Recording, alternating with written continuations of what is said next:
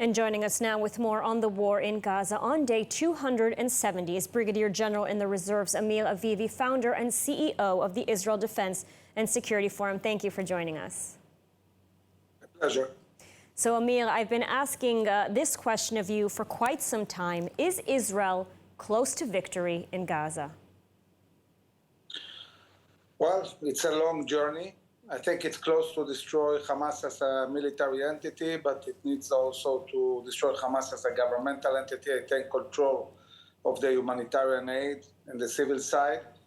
And there will be a lot of work. It will take years to really degrade the terror infrastructure dramatically all over the Gaza Strip.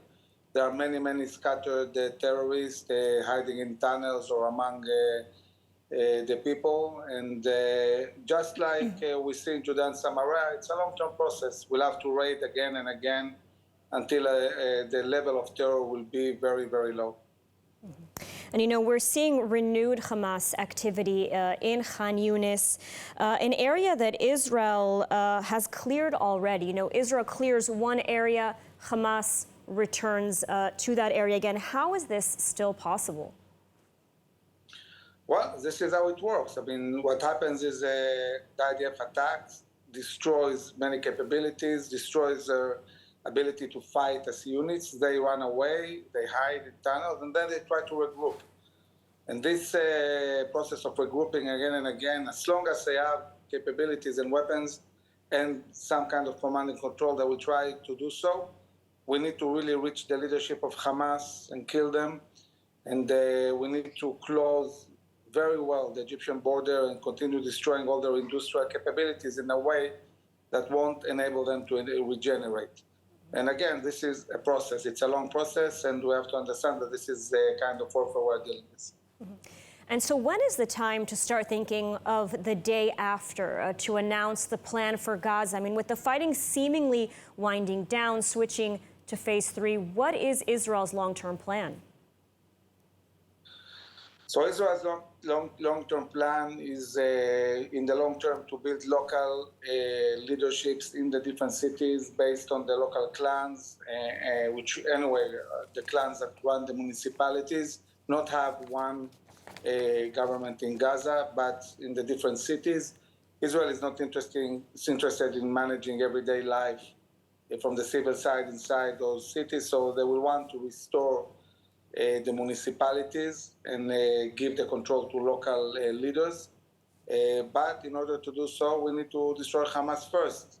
If Hamas is around, the society will still be scared by Hamas, deterred by them, and will cooperate with them.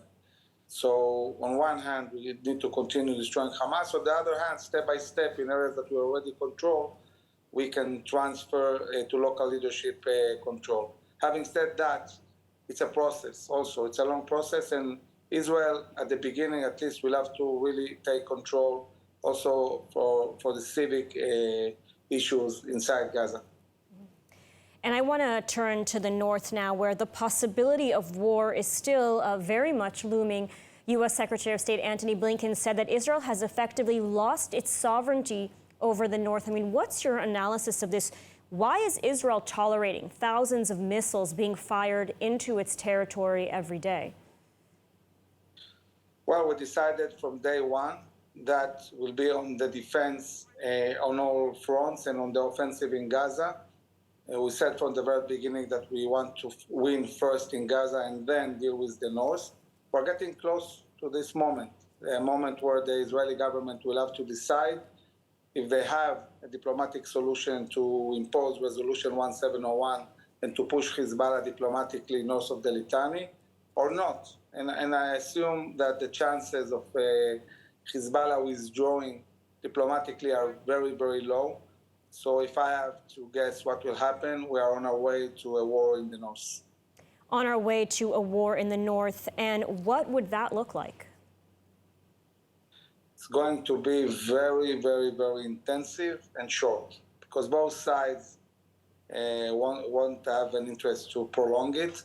Israel will attack fiercely Lebanon, all their infrastructure, Hezbollah, and also Israel will have to operate in South Lebanon and destroy Hezbollah in this area.